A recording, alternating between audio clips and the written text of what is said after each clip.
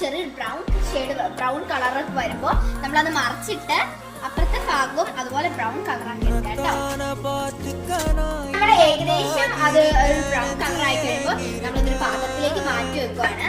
എന്നിട്ട് നമ്മൾ അതിലേക്ക് 2-3 ഗ്രാമ്പും 2-3 ഏലക്കയും നമ്മുടെ പെരുംജീരകവും നല്ല ജീരകവും നമുക്ക് ഇട്ട് കൊടുക്കാം കേട്ടോ. അതിലേക്ക് കനം കുറച്ച് അരിഞ്ഞു വെച്ചിരുന്ന സവോള നമുക്ക് ഇട്ട് കൊടുക്കാം കേട്ടോ. ഉപ്പാണ് ഇട്ട് കൊടുക്കുന്നത്. നമ്മൾ ഇതിലേക്ക് 2 തക്കാളി അരിഞ്ഞത് ഇട്ട് കൊടുക്കാം കേട്ടോ.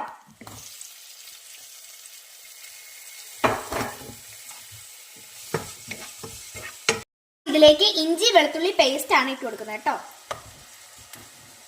1/4 സ്പൂൺ മഞ്ഞൾപ്പൊടി ഇടുന്നുണ്ട്. 1.5 സ്പൂൺ മല്ലിപ്പൊടി. നമുക്ക് എരിവിന് എന്തോരം മുളക് വേണോ ഇടാട്ടോ. നമുക്ക് കുരുമുളക് പൊടി 1/4 സ്പൂൺ ഇട്ട് കൊടുക്കാം. 1/2 സ്പൂൺ ഗരം മസാല ഇട്ട് കൊടുക്കാം.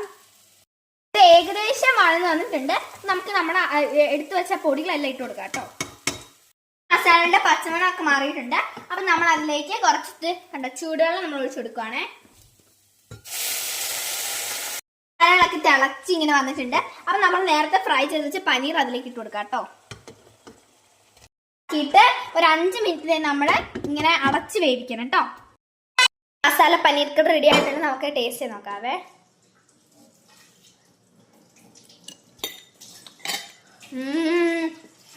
ചൂട്. അപ്പൊ നിങ്ങൾ മറക്കാതെ ട്രൈ ചെയ്ത് നോക്കാം കേട്ടോ. ബൈ.